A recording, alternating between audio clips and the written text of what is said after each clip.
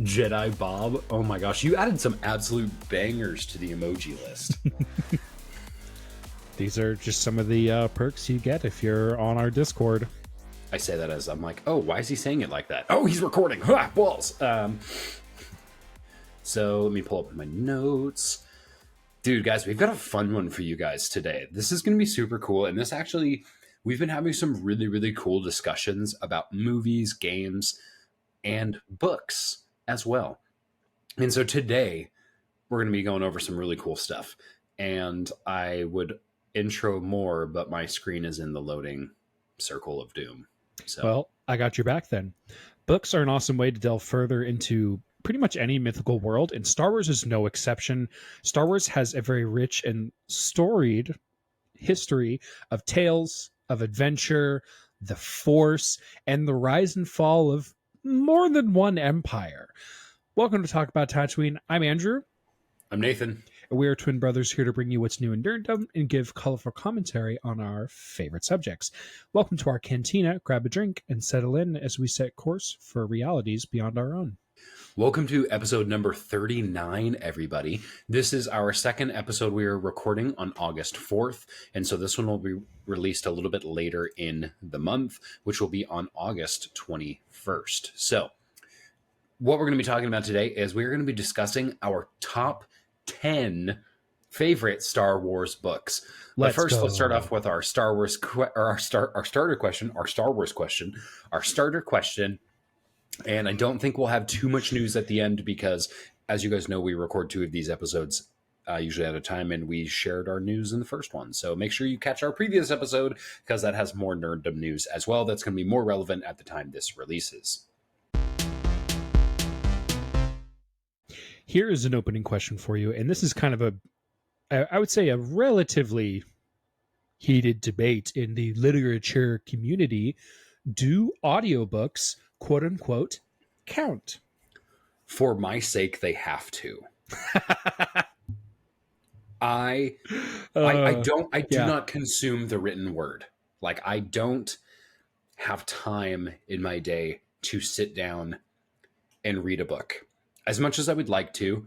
The problem is one, I get really easily distracted with things. And so I'll end up reading a chapter and then be like, oh, look, that thing over there. And then I'll go start doing something else.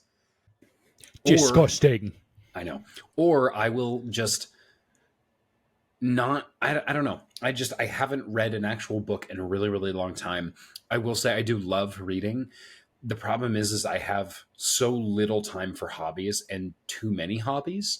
So I feel like a lot of the times if I can mix and match things, then I'm getting the most amount of enjoyment out of my time. So often I will listen to audiobooks while I walk my dogs. I will listen to audiobooks while I work out.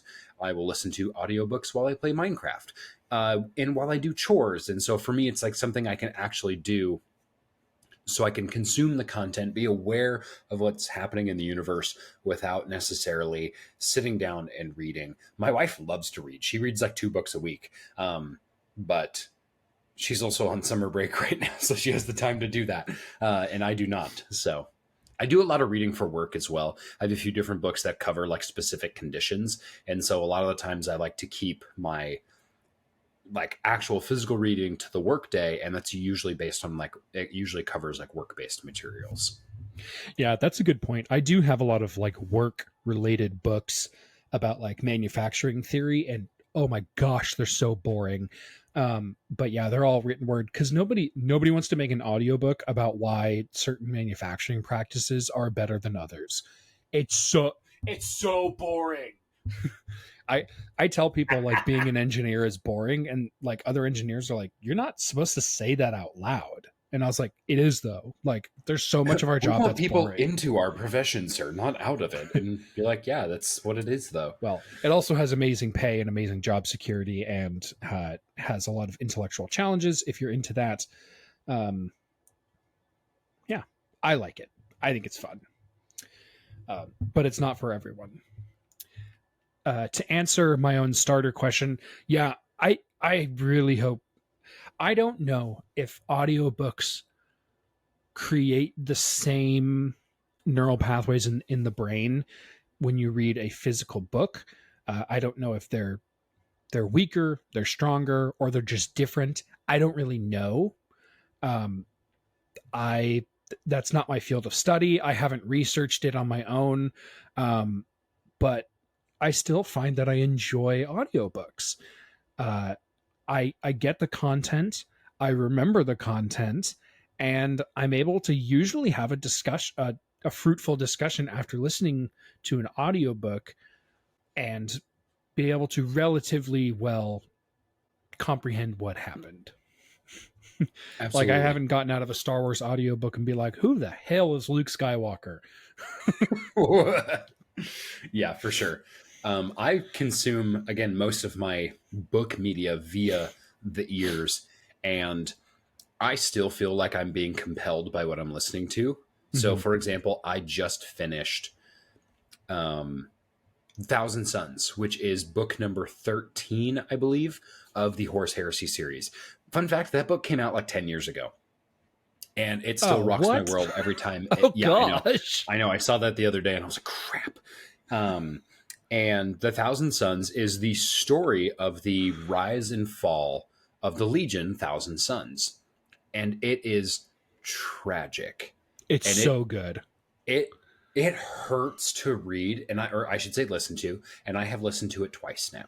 And it is a ball buster, but you get a really good idea of like it gives you a lot of like information and kind of background knowledge of the warp and basically magic in the Warhammer universe. Mm-hmm. And it's so important. And then you just get these like differing ideas on why the Thousand Sons turned traitor, all these different things, because it's actually a very complex relationship between Magnus, the Emperor, and like what's going on. And Magnus, he essentially succumbs to his own hubris. And that's why he Hubris is a eventually, big theme for yeah, the Thousand Sons. because he claims I know everything like 4 times in the book. Like he's literally like, I know everything. And then in a effort to warn the Emperor in a moment of psychic projection, he destroys the webway, which is the mankind's only hope of ever beating chaos, because the webway is a portal. It is a way to separate humankind from the powers of the warp, and he ruins it. And the Emperor knew about it the whole time, and Magnus was like, hey, I found this like cool thing that we can travel between point A, point B. And he tries to tell the Emperor about it. And the Emperor's like, I know. Like, did you really think I didn't know about this? And that's kind of like a little bit of a reality shock. And then between the musings of the Emperor, Malkador, and actually Horus, the Space Wolves get sicked on the Thousand Sons, and Magnus literally gets his back broken. Yes. And it's a really tragic demise of the Legion, Yeah, who and then are Prospero very Burns. loyal. Yeah, which is book 15. So there's a really short break from book 13, 14, 15. It goes Thousand Sons, Nemesis, which is the book I'm on right now, which is about the Officio Assassinorum, which is super cool, really dense. It is nerd homework for sure. And then it goes into Prospero Burns, and it's just, I'm loving it. I'm loving it. Audiobooks have to count, man. They're Yeah. so good.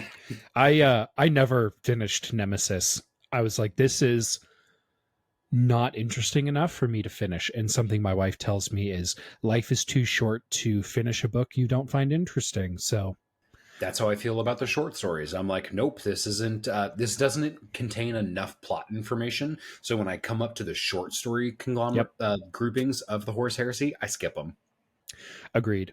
But I think that's probably enough talk about Warhammer. Let's talk about our top 10 Star Wars books. So we're going to go from our I guess in a descending order from our 10, starting with 10, going down to 1, ending with our most favorite. Nathan, hit us with, what do you put as your favorite Star Wars book at the number 10 slot? Before we do that, let me just thank our patrons really, really quick because they're awesome and we love them so much. Thank you. So huge thanks to our top patrons, which is still Mike May, Isaac Young, and Luke Skywalker. Remember, you guys are the reason we do this, and honestly, you guys have all been a delight to work with so far, and we want to keep doing that. So for $5 a month, you guys can support us over here on Patreon, and you can join either the light side tier or the dark side tier. It's the same price, but you get to choose a different title, and you do get lifetime access to our Discord as well. And just thank you guys from the bottom of our hearts. We love doing this and we want to make more content. We want to do more giveaways. We want to open up game servers. We want to do all that stuff for you. So make sure you guys support us. Tell a friend that, hey, you guys can support a really cool podcast for just $5 a month. It's literally less than a cup of coffee. So with that, we're going to get into our top 10. My number 10 is Red Harvest. I loved this book and oh man, I want Star Wars to dive into the suspense and horror genre so bad. So bad. This was Yeah, such there's a some fun freaky Legends stuff book. out there. It's Sith sorcery gone wrong. And it's so cool. And I wish they had more stuff just like this. It's probably one of my favorite titles. It was the first thing I thought of in the top 10. It's not my favorite out of all of these, which is why it's in the number 10 position. But if they had more like this, I would probably easily find that content in my top 10 more often. For sure. I also really enjoyed Red Harvest, but at number 10, I came in with Heir to the Jedi, not Heir to the Empire. This is Heir to the Jedi, which is a canon novel by Kevin Hearn. This follows Luke's journey into becoming a Jedi Master. I won't spoil too much of it, but it has a lot of really fun adventure, a lot of Easter eggs, and really shows Luke's internal struggle as he tries to figure out what it means to be a Jedi in the new order that he is also making. Also, it recanonizes that hot chocolate exists in the Star Wars universe. I love that detail so much. It is now canon that Luke Skywalker's favorite drink is hot chocolate. Because that's awesome. And so the original instance where this is talked about is in Heir to the Empire by Timothy Zahn back in like 99, where Lando Calrissian introduces Luke Skywalker to hot chocolate and he loves it. He's like, this is great. That's so fun. Whimsical even. It's very whimsical. Moving on to number 9, I put the canon novel Thrawn by Timothy Zahn. So this is so it's not Heir to the Empire. It's not any one of that trilogy. It's not Outbound Flight. This is in the Disney canon, for lack of a better terms. And it talks about Thrawn's meteoric rise in and through the ranks of the Empire. And it's so fun. I loved it so much. It's definitely on my reread list. It's really, really compelling, and none of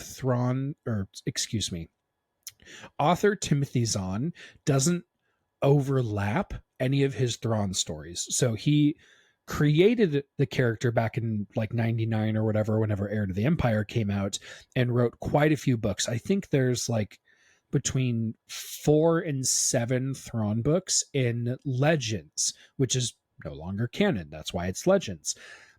And then Timothy Zahn now has created 6 books in the canon that also have Thrawn in it, and none of them take place at the same time as any of the canon novels, meaning that from Timothy Zahn's point of view, these all could be one consecutive story until the details are directly overwritten by, something happening in the story.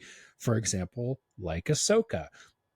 The Ahsoka show will probably either continue the Heir to the Empire story, maybe touch a couple of the story bits, or just completely overwrite it with something new. So we'll have to see. But number 9, Thrawn by Timothy Zahn. It's an awesome read. I love that. I think that's a really, really good pick. You'll find out later why, because you'll probably see this on my list later. My number 9 pick is High Republic: The Rising Storm. This is actually, and the reason is because this is when we get to see introduced a new threat to the Republic in the form of the Nihil, but specifically a creature that they have, which is called the Great Leveler. This creature is so dangerous because it is specifically adept at killing Force users by petrifying them, and we actually get to see that So happen brutal. to some of the Jedi. I won't say who because that will spoil it. And this would actually be higher in. I would put.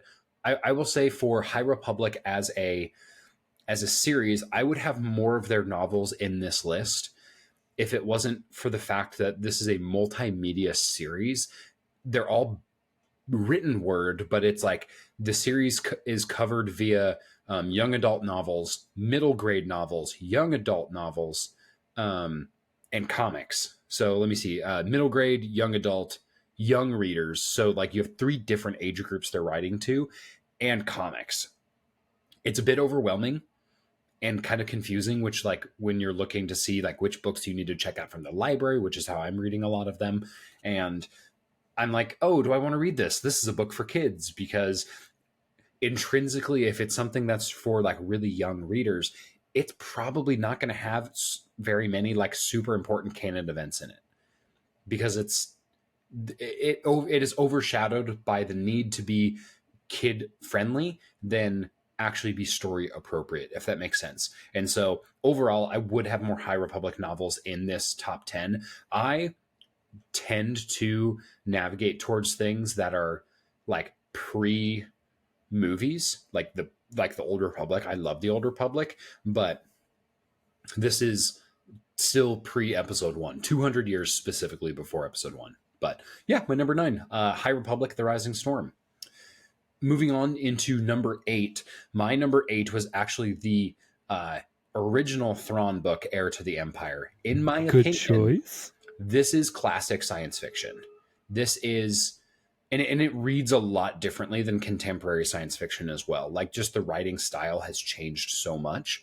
And so I had that in here, but I don't have like The Last Command in here, for example, because I loved Heir to the Empire. I think it's really, really good.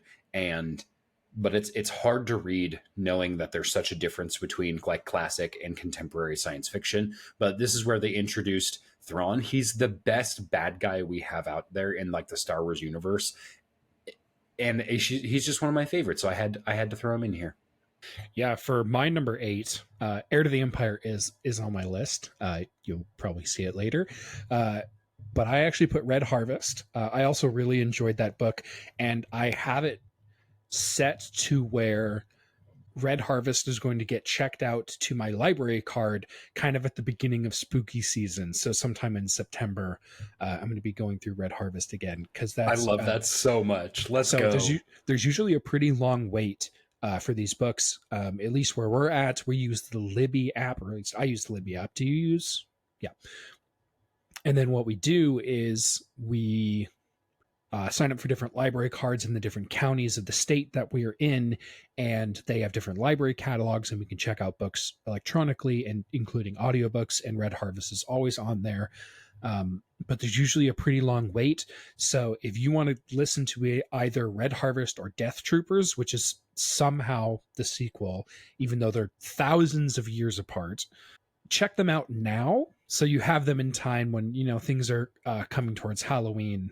I love Halloween. I think it's a great holiday. I love candy. I love dressing up. So yeah, It's Red fun. We Harvest. love it here. Sith sorcery is so cool, and I actually wish So they would cool. explore it more in the movies because it's like it's truly an evil thing. They're like, this is bad juju. Number 7, this is actually a YA novel. I think it's the only YA or young adult novel on my list. It is a canon book by Claudia Gray called Lost Stars. It follows 2 characters named Thane Kyrell and Sienna Rhee who bond as they bond over their abilities as pilots, and they join the Empire and the Starfighter Corps. And you watch them grow up together, join the Empire, eventually fall in love, but one of them joins the rebellion after after the destruction of Alderaan, I'm pretty sure. And the other does not. The other one stays loyal to the Empire, and you see their paths diverge. And then over the course of many, many years, over the rest of the Galactic Civil War, they keep meeting up in key engagements and watching their relationship change over time as they both kind of diverge from each other, but also continue to meet is really compelling. I think it's really fun. So I think it's worth a read. Um, some young adult books are just totally lame. Um, I don't think this is one of them. I think it's pretty good.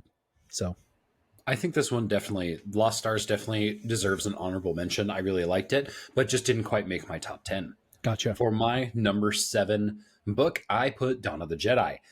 I so desperately wanted them to make this into a series with like expand on these characters, and they didn't. And that made me so mad because I loved learning about the beginning of the Force and the Jedi, and I just thought it was so cool. And like they're moving into this era. They are like the Star Wars universe is one of the movies that is coming out is going to be touching on basically the dawn of the Jedi. And I'm like, oh my gosh, they're finally going to make this canon. So I'm super excited to reread this actually before that movie comes out after a couple of years because they're still pretty far out with everything. And I just wish they had made more of these books, honestly. I have not read Dawn of the Jedi. It's fun. I will have loved to it. add that to my list. Loved it so much. You get a really interesting perspective on like what the Jedi used to be, and then you look at like what the Jedi are in Episode 3, and you're like, oh yeah, you guys goofed it.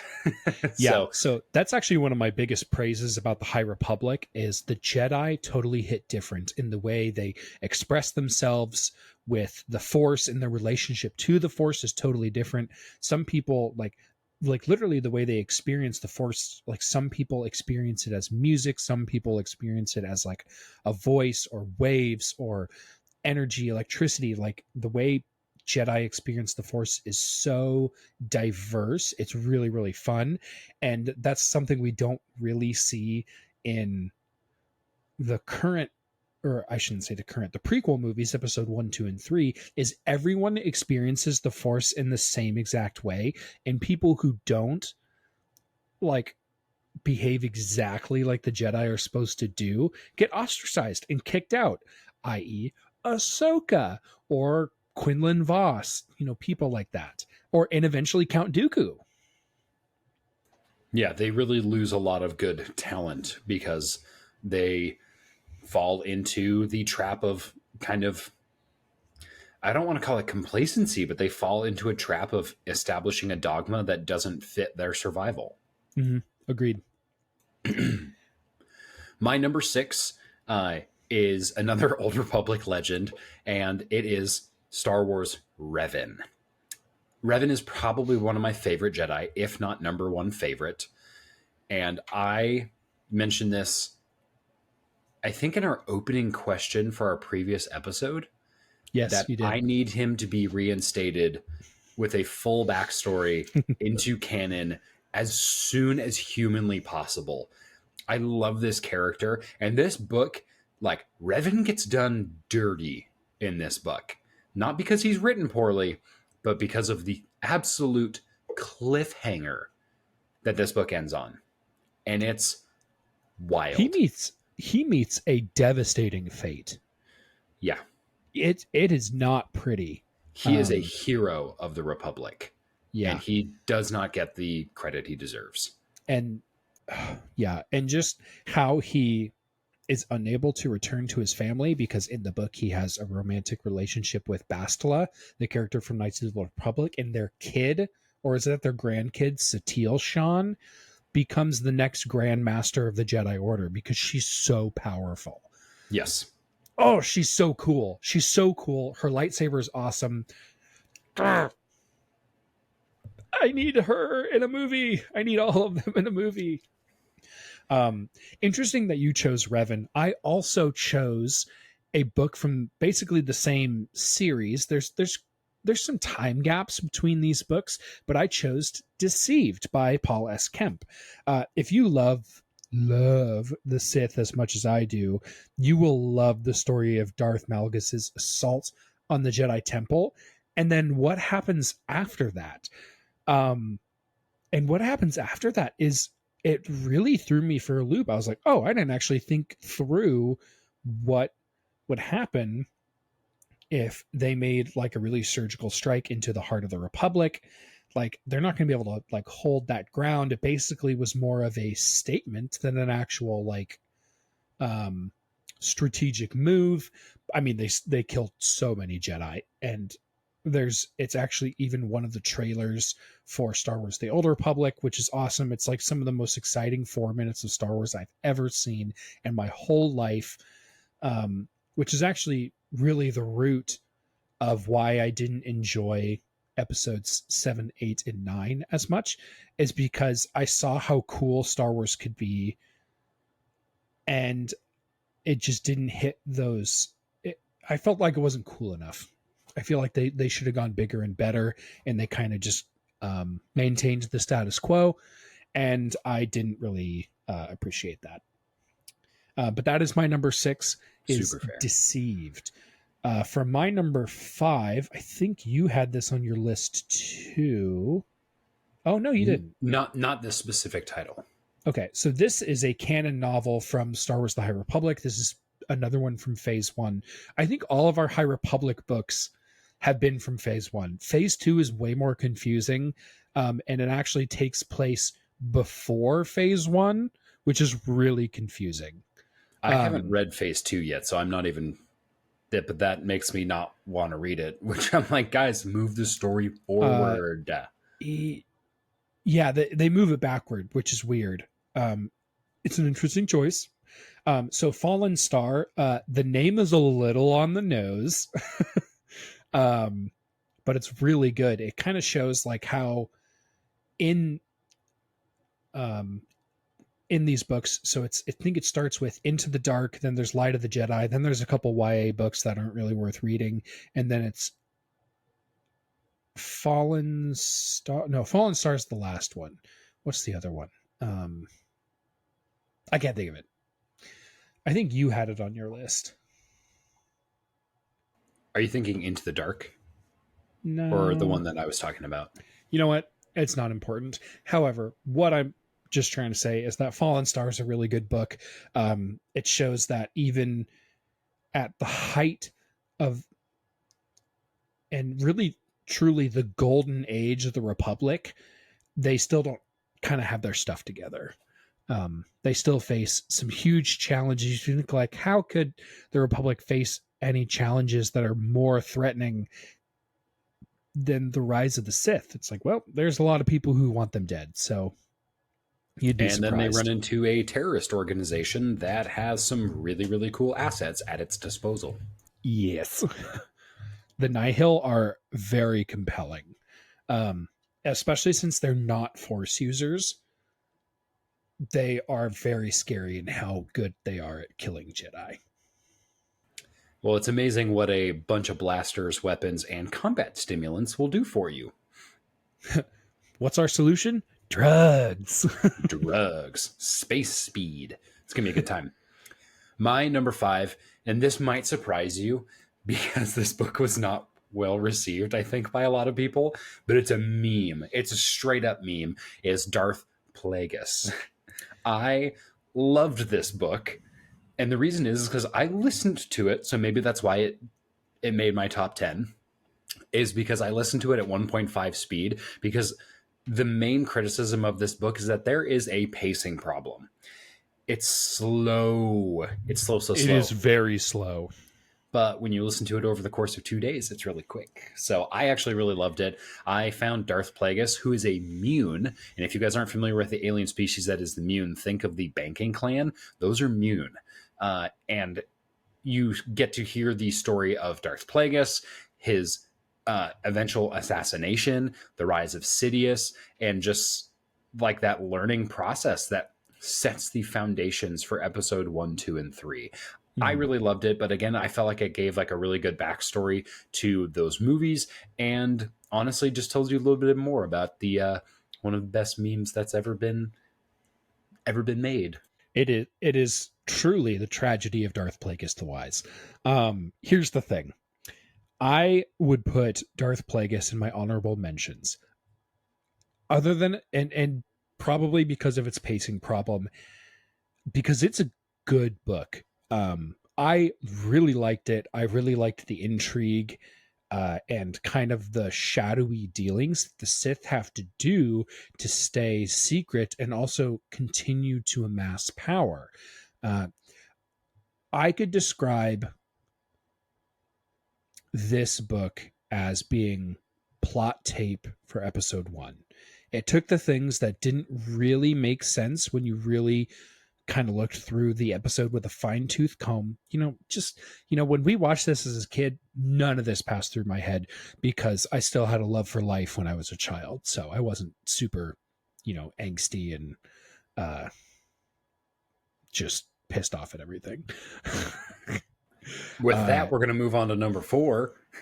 I So, Andrew, your number six was my number four. And this it's a is when good I book. covered Deceived, because this covers the attack on Coruscant. Coruscant feels too, which I know this, like, once you actually start reading, like, for example, this book, you start watching episode three, which Coruscant basically gets attacked twice in the course of that movie. Because it's like once in space and once on the ground. The Tchaikovsky Clone Wars series, Coruscant gets attacked. Um, what else? In Rogue Squadron, there's an entire war that happens on Coruscant throughout, I think, books two and three. Like, so there's a Mhm. lot of stuff that happens on Coruscant. But for me, when I originally read this kind of dispelled the myth that Coruscant was untouchable. And I loved the fact that, like, the stakes get raised. Like, Darth Malgus goes on like a killing spree, and he's pissed off at like what the Sith Emperor is doing. And he's just like, I'm going to do my own thing. And it's a wild ride. It's a really fun read. For my number four, I actually put Into the Dark. This is another High Republic book. So this is the one where the Drengir are introduced. Imagine if Ents were super into eating people. That is what the Drengir are. I don't remember the Jedi's name because there's actually quite a few Jedi that are introduced in that book, but they find this like abandoned space station called the Amaxine space station, which is a race of people who are dead. Uh, and they find this space station and they have like Sith relics on it. And they're like, well, we have to remove these because they're Sith, because that's just what the Jedi believe. And once they remove the relics, they're like, oh, actually, these relics were actually holding the Drengir at bay. And they unleash unwittingly this massive flood of or horrible people eating trees, and It's a they are hard wild to time. kill. It's a wild time. I actually would put this in my honorable mentions for sure. However, the Drengir don't get a lot of story time. I feel like they don't get enough story time outside of this book. So the thing is the Drengir storyline is explored in the comics, actually specifically these comics right above my head, That means I which need some to of get those some I haven't comics. actually read yet. I ordered these comics right as I was moving, so I got them and then I immediately packed them away into a box. So I haven't actually read them. That's fair. Number three, we I don't think we matched up a single book, which is so interesting. We got But close. we got pretty dang close, because my number three is Darth Bane: Path of Destruction. This is the first book. This shows the rise of a man named Dez, who then becomes Darth Bane. He rises up through the ranks of the Sith Academy and eventually annihilates the Sith Order and ends that war. He kills his own. It's almost hard to call them allies, but he's like, you are weak, I am strong, and I am the only one who deserves to live, and he kills all of them. And it's bonkers cool. It's some of the best Star Wars history we've ever received. Yeah, yeah, it's good stuff. My number three was literally the sequel to this book, Yeah. because this is Darth Bane Rule of Two. This is where we get introduced to Darth Zana, and this is where we start to get to see the Rule of You're Two. the rule of tool. Got him. And we actually get to see this like played out, and Darth Zana's a really compelling character as well. And you get to start to they're building the story, they're building the backstory, which leads into episodes 1, 2, and 3 eventually, because there should only be two. Darth Sidious always has an apprentice. You get Darth Sidious and Maul, then Darth Sidious and Dooku, then Darth Sidious and Darth Vader. And so that's what we get to see, and this is really the fundamental piece of history that leads up to that dynamic of the Sith. That being said, my number two spot is Darth Bane Path of Destruction, because that's Yeah. the first book in the series. Darth Bane thought bombs the entire Sith Order, along with like an absolute like crap ton of Jedi as well. It's the coolest thing to ever happen. And so for me, it was the number two spot rather than number three, because I liked the book Rule of Two, but I liked its precursor just a little bit better. For sure. And in the number two spot, I actually put Timothy Zahn's Heir to the Empire. So this is the original introduction of Thrawn. It's such a good book. I mean, this book will almost immediately hook you. Its pacing is amazing. It's so intriguing because, like, imagine if Sherlock Holmes was a bad guy in space. That's how I feel about Thrawn. He's so cool. He's so cool. And then, so okay, we're rounding off this list. This is gonna be our number one spot. This is the book that, the way I thought of our number one spot is if I had to just recommend one Star Wars book to people, what would I say? And I said X-Wing Rogue Squadron. This is actually, I think, the first Rogue Squadron book we have on this entire list. It is, yeah. And reading that you put this in number one, I actually felt bad for not including any Rogue Squadron books. They have to be an honorable mention, but I think for me, it's more of the classic versus contemporary that gets me. It's just a little bit of the writing style. It reads totally different. It reads Yeah. different, but the story is still super compelling. I love these characters. But it didn't quite make the top 10. It just didn't come to mind. And for me, I was like, if it doesn't come to mind, then it's not making the list. But it's definitely an honorable mention. That's true. If we were to expand this list, this book right here would probably be number 11 or number 12 for sure. Gotcha. So that's actually why I wrote my top 10 on a separate form, and then I imported it into the list because I didn't want to be swayed by what you thought. And I wrote my notes first. Yeah, I went in there and I was like, his notes are already in here. And so I closed that down and I opened up a bunch of different pages. Cause I mean, this is a lot of book. And I even in my honorable mentions, actually I'll go over my honorable mentions once you mention your number one. My number one was Thrawn, because this was, I felt like a The really book big Thrawn. turning. The book Thrawn that came out in 2017, because this was the official reinstatement of this character, along with his appearance in Rebels. And I was so happy that they brought this character back from the trilogy. And I just felt like they were finally giving him the love that he needed, in not only on the screen, but like having stories specifically dedicated to him. And I feel like he does a really good job. Just, it's like you said, it's like a mystery book, because the old Heir to the Empire and Thrawn, they're written by the same guy. He knows what the people want. And honestly, I didn't think of it this way. Like, if I had to recommend one Star Wars book to anybody, that's really hard. Like, I have a bunch of honorable mentions up on my shelf, like right above me, that I didn't even put on there. But I would want people to know who Thrawn is. I just think he's super cool. And I think everyone needs to know about our blue skin baddie. Yeah, he's probably one of the best villains in Star Wars, second only to Darth Vader, in my opinion. I mean, I think Thrawn is more interesting than the Emperor. Oh, for sure. Absolutely. The Emperor's not that interesting. Like Ooh, he's fighting like words. I have lightning, but you don't like he doesn't get enough of his story, his projects, and his ambition fleshed out. Like other than like the first three movies, and then you kind of see This him is like true. episode. Actually, yeah. He's in absentia in episodes 4 and 5, but he's the big bad. But he's not because he's not even there. We don't even see him on screen until episode 6. You're not wrong. You're not wrong. Let's go over some quick honorable mentions, and then let's cut this episode. Cut it down. Cut Sweet. it off. Be done with it. Under honorable mentions, I put the rest of the X-Wing books, at least books 1 through 4. The Aaron Alston X-Wing books get a little bit more obscure, and I didn't like them as much. I also put Dark Force Rising and Last Command, which are the sequels to Heir to the Empire. Very good. I put all of the Canon Thrawn novels, which is another 5 books. It's a lot.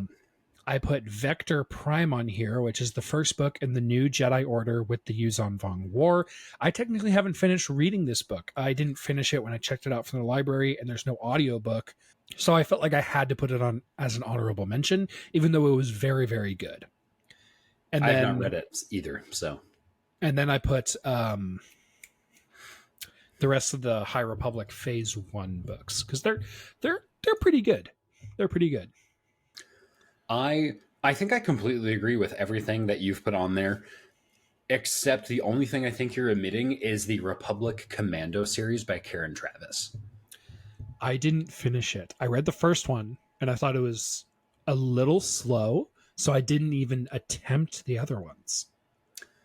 That is fair, because the next one is True Colors and then 000, and then you go into the transition from Order 66 into the Empire. And I want to say the next one's Imperial Commando, or no, Order 66 is the 4th book, and Imperial Commandos is the 5th. I really liked them. Karen Travis like fleshes out Mandalorian culture quite a bit, and she I think we had somebody say like she has a nerd boner for Mandalorians basically, and she totally does. But I really like this. I think it was a really good piece of sci-fi, and this is one of the very few books I actually own in my own possession. But I think that's everything we have for you guys today. Did you have any other honorable mentions? No, I think I agree with your list. I think it's pretty well fleshed out. Thank you guys all for watching so much. Every single one of you guys watching is amazing and probably a decent reader as well. So let us know what you guys thought about these books. Are we totally off pace? Did we forget any really good books in there that you want to hear about? Let us know. Make sure to follow us on Twitter or Instagram. Our podcast doesn't have really any reviews right now. So if you guys leave us a review on Apple Podcasts, Google Podcasts, Spotify, that would be super awesome. We'd be super happy about that. Make sure you guys like, subscribe, or follow wherever you guys are at. That really, really helps us out. And guys, subscribe to the Patreon. We have cool things coming down the works for you guys. We're going to be doing a lot of really cool stuff, but we need that support because we do this for fun. We do this out of our own free time, and we need that support to make some of our bigger dreams for this podcast come true. So make sure to like and subscribe so that the algorithmic overlords will slice this video into the feeds of other like-minded folks. Until next time, may the force be with you. Close your eyes.